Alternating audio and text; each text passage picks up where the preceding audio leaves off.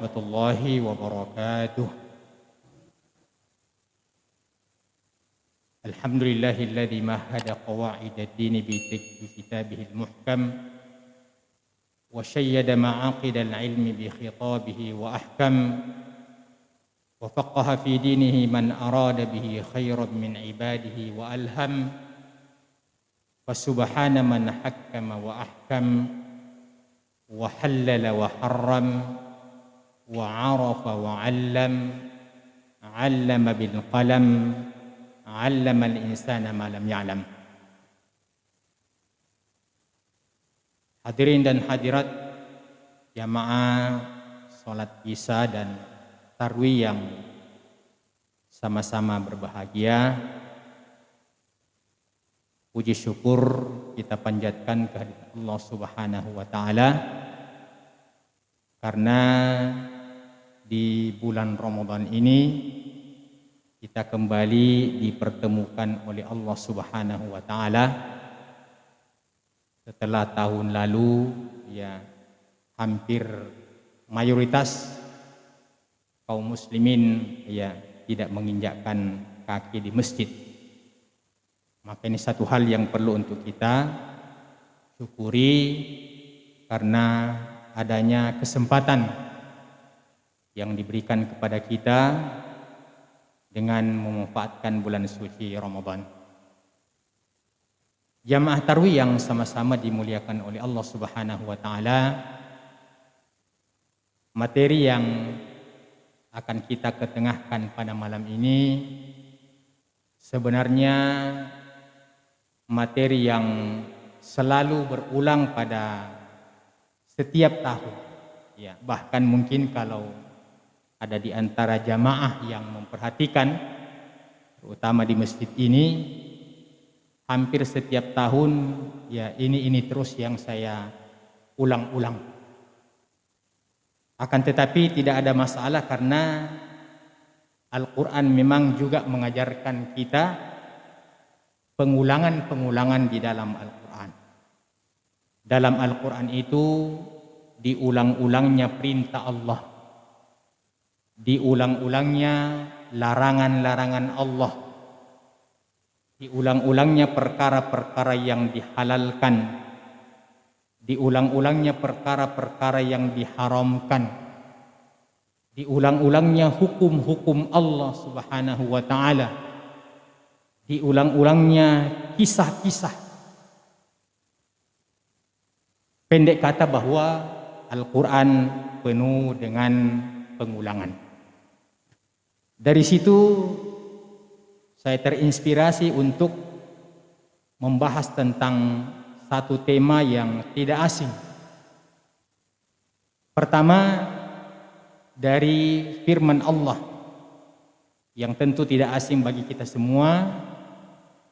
Salah satu ayat yang masuk dalam kaitannya dengan Ramadan, yang Allah Subhanahu wa taala berfirman, a'udzu billahi minasyaitonir rajim, syahrul ramadhanal ladzi unzila fihil Qur'an. Saya tidak lanjutkan sampai terakhir karena yang saya akan searching adalah kata-kata Al-Quran. Bahwa bulan Ramadan ada bulan momentum diturunkannya pada waktu itu Al-Quranul Karim. Yang kedua, semua ayat-ayat yang saya bawakan ini adalah ayat-ayat yang tidak asing bagi kita. Dalam surah Al-Qadr Allah berfirman, Inna anzalnahu fi lailatul qadr. Sesungguhnya kami menurunkan Al-Quran pada malam yang mulia. Satu lagi ayat yang saya akan bacakan. Pada ayat lain Allah berfirman, Inna anzalnahu fi lailatin mubarakah. Sesungguhnya kami menurunkan Al-Quran ini pada malam yang penuh berkah. Subhanallah. Terkadang momentum turunnya Al-Quran ini dikatakan sebagai momentum malam yang dimuliakan, Lailatul Qadar. Terkadang Allah mensifati malam itu dengan Lailatul Mubarakah, malam yang diberkati.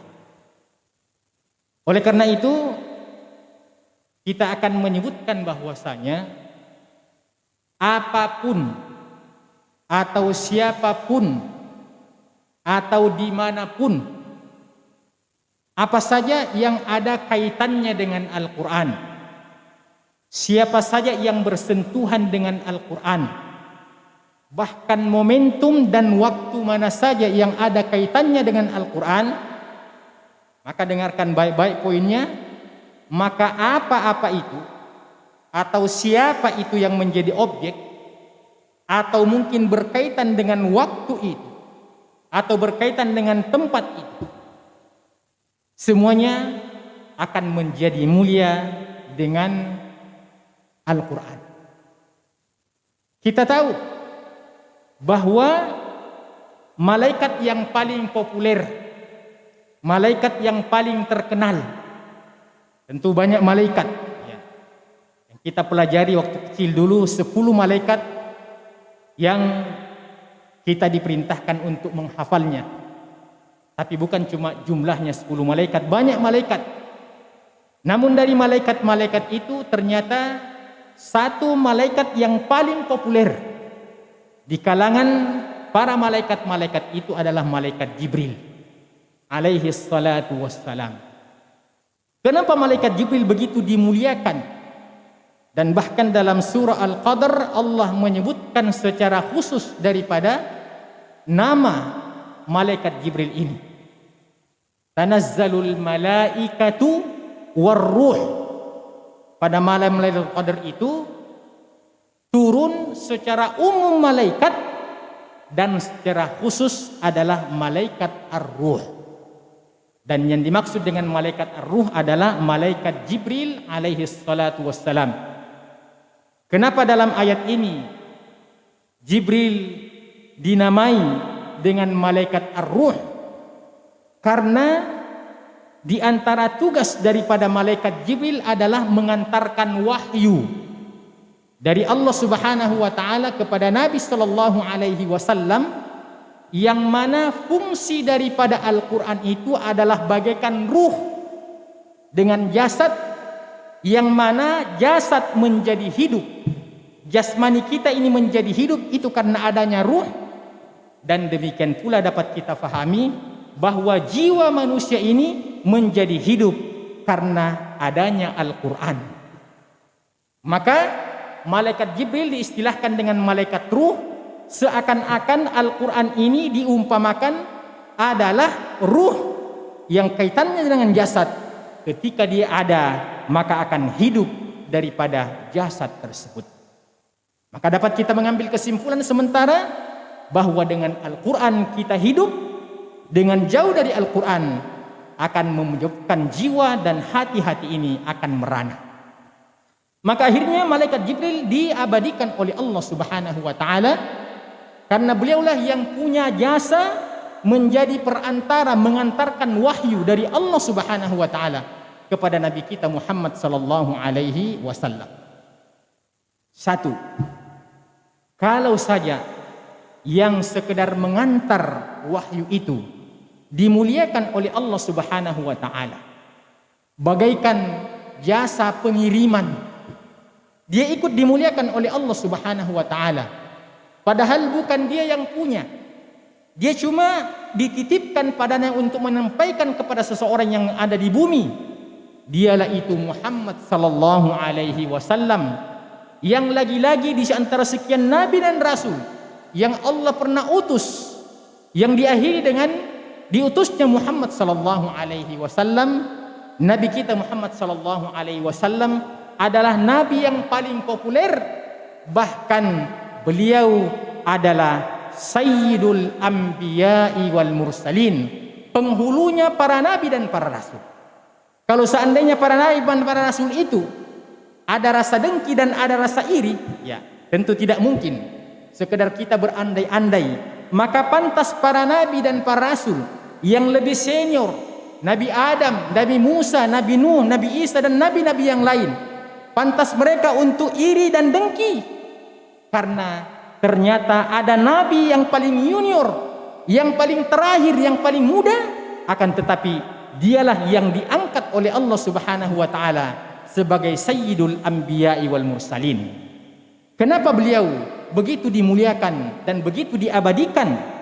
Salah satu di antara kuncinya karena beliau bukan sekedar melewati Al-Quran, akan tetapi kiriman Al-Quran ini memang ditujukan dari Allah Subhanahu wa taala kepada hambanya yang termulia Muhammad sallallahu alaihi wasallam. Seakan-akan kalau kita membuat kop surat, seakan-akan Allah mengatakan kepada yang terhormat hambaku Muhammad sallallahu alaihi wasallam yang ada di bumi. Kita juga mengetahui bahwasanya dari sekian banyak umat yang Allah utus dari zaman ke zaman, yang tentu dengan nabi dan para rasulnya, kita ketahui bahwa umat yang terakhir ini adalah umat yang termulia, umat yang terbaik.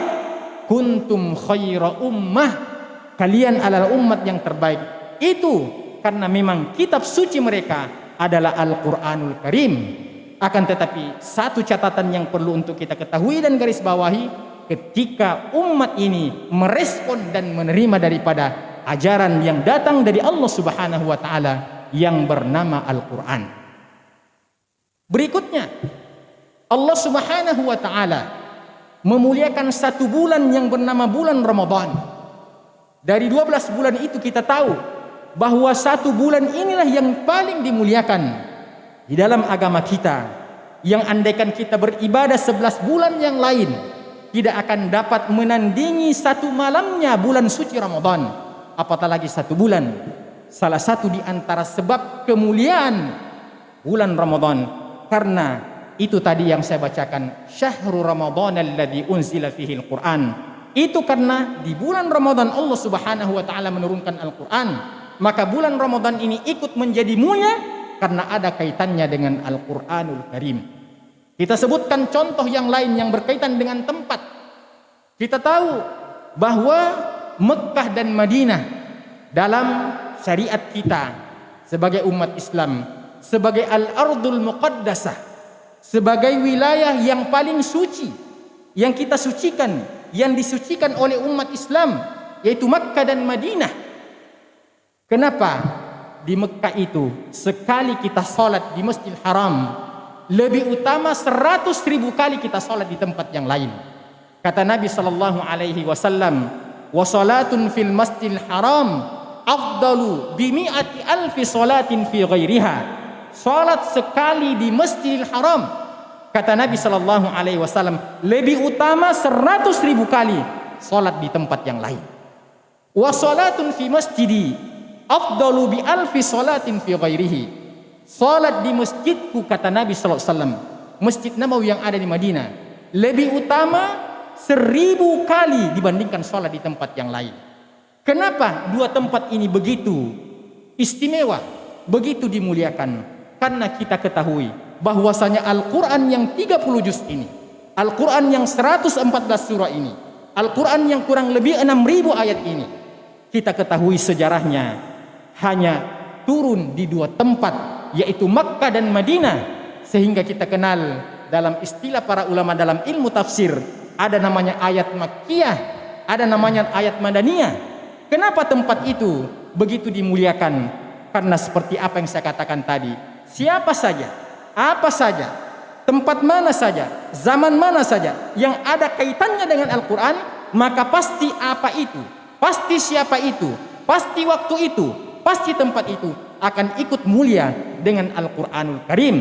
Dan pada dasarnya Allah menurunkan Al-Quran bukan kaitannya dengan tempat, bukan kaitannya dengan zaman, bukan kaitannya dengan waktu, akan tetapi inti Al-Quran ditujukan kepada umat manusia. Kalau saja tempat itu menjadi dimuliakan oleh Allah Subhanahu wa taala, padahal bukan itu yang menjadi objek utama, yang menjadi objek turunnya Al-Quran adalah kepada umat manusia, maka bagaimana lagi ketika umat manusia itu, ketika orang-orang beriman itu menerima Al-Quran dengan benar. Sebagai kesimpulan, kita akan menjadi mulia dengan Al-Quran dengan beberapa langkah-langkah berikut ini. Yang pertama, kita akan mulia dengan Al-Quran ketika kita terbiasa membaca Al-Quran. Ketika kita terbiasa membaca Al-Quran. Di bulan Ramadan inilah kita mendengarkan banyak kisah-kisah para ulama, kisah orang-orang soleh yang pemecah rekor dalam membaca Al-Quran. Ada yang menyelesaikan setiap 3 hari mengkhatamkan Al-Quran. Ada yang 1 pekan, ada yang 1 bulan, bahkan ada yang setiap hari 1 kali khatam. Dan di antara sejarah para ulama yang kita kenal menorehkan tinta emas, orang yang paling banyak membaca Al-Quran di bulan Ramadan adalah Al-Imam Syafi'i rahimahullahu ta'ala. Imam Syafi'i yang kita kenal salah satu imam madhab, ternyata beliau dapat mengkhatamkan, menamatkan 60 kali dalam bulan Ramadan. Itu artinya dalam 1 hari 1 malam beliau bisa khatam 2 kali. Itulah sebabnya sehingga ada riwayat yang menyebutkan kenapa Imam Syafi'i di bulan Ramadan itu biasa sholat subuh dengan wudhu sholat isya. Biasa sholat subuh dengan wudhu yang masih pada sholat isya. Itu karena memang di bulan Ramadan di malam hari beliau tidak pernah tidur, dan selama tidak ada pemicu membatalkan wudhu, maka tentu wudhu itu tetap bisa untuk dipakai pada salat-salat berikutnya. Itu gambaran bagaimana para ulama ketika memahami Al-Quran, mereka akan mengamalkan dengan sebaik-baiknya. Yang kedua, kita akan menjadi mulia dengan Al-Quran dengan mempelajari Al-Quran. Yang pertama adalah dengan membaca Al-Quran. Bacalah Al-Quran sebaik-baiknya, baca Al-Quran sebanyak-banyaknya. Paham atau tidak paham, baca, karena setiap 1 huruf akan diganjar 1 kebaikan, dan 1 kebaikan akan dilipat gandakan menjadi 10 kali lipat kebaikan. Kata Nabi, la aqulu alif lam mim harfun. Saya tidak mengatakan alif lam mim itu 1 huruf, akan tetapi alifnya 1 huruf, lamnya 1 huruf, mimnya 1 huruf. Jadi kita beramal soleh itu memang mirip-mirip ketika kita berbisnis, mirip-mirip ketika kita berdagang. Sebagai seorang pebisnis, sebagai seorang pedagang, selalu menghitung-hitung sudah berapa keuntungan saya. Begitu juga ketika kita beribadah, kita menghitung-hitung layaknya kita berbisnis dan berdagang dengan Allah Subhanahu wa taala. Yang ketiga, kita akan menjadi mulia dengan mengamalkan Al-Quran. Kita akan menjadi mulia dengan mengamalkan Al-Quran. Bacalah Al-Quran dari pertama, dari surah Al-Fatihah. Apa yang kita sudah fahami di situ, yang tidak perlu penafsiran, akan tetapi sekedar kita membaca terjemahannya, kita faham ini merupakan perintah, ini merupakan larangan, maka amalkan, kita akan menjadi mulia dengan pemahaman kita terhadap Al-Quran itu. Yang keempat, seorang muslim akan menjadi mulia dengan mendakwakan Al-Quran, membaca Al-Quran, mempelajari Al-Quran, mengamalkan Al-Quran. Kemudian yang keempat, dengan mendakwakan Al-Quran. Maka mendakwakan Al-Quran ini mulai daripada mengajarkan Al-Quran, itu sudah mendakwakan Al-Quran, termasuk menjelaskan makna-maknanya. Seperti apa yang kita lakukan ini adalah bahagian daripada contoh implementasi mendakwakan Al-Quran. Dan yang terakhir, sebagai penutup, kita akan menjadi mulia dengan memperjuangkan Al-Quran. Jadi ada 5 poin yang terpenting kemuliaan kita. Yang pertama, ketika kita rajin membaca Al-Quran. Yang kedua, ketika kita mempelajari Al-Quran. Yang ketiga, ketika kita mengamalkan Al-Quran. Yang keempat, ketika kita mendakwakan Al-Quran. Dan yang terakhir, ketika kita memperjuangkan Al-Quran. Kita bedakan sedikit antara mendakwakan dan memperjuangkan. Karena kalau mendakwakan itu, yang terpenting sampai kepada mereka. Anda terima atau Anda tidak terima, itu bukan urusan saya. Akan tetapi ketika kita memasukkan poin yang kelima, mendakwakan dan memperjuangkan Al-Quran, itu artinya rela berbagai macam resiko, tribulasi, dan konsekuensi apa yang kita hadapi. Seperti persis apa yang kita alami di negeri ini, yang ketika orang-orang yang punya obsesi untuk menegakkan kebenaran Al-Quran ini, mereka akan menghadapi berbagai macam rintangan-rintangan. Mereka akan mendapatkan diskriminasi dengan label-label yang tidak pantas. Itulah risiko dan konsekuensi memperjuangkan Al-Quran. Demikian apa yang kita bisa sampaikan. Semoga bermanfaat. Subhanakallahumma bihamdika asyhadu an la ilaha illa anta astaghfiruka wa atubu ilaik. Wa akhiru da'wana alhamdulillahi rabbil alamin. Wassalamu alaikum warahmatullahi wabarakatuh.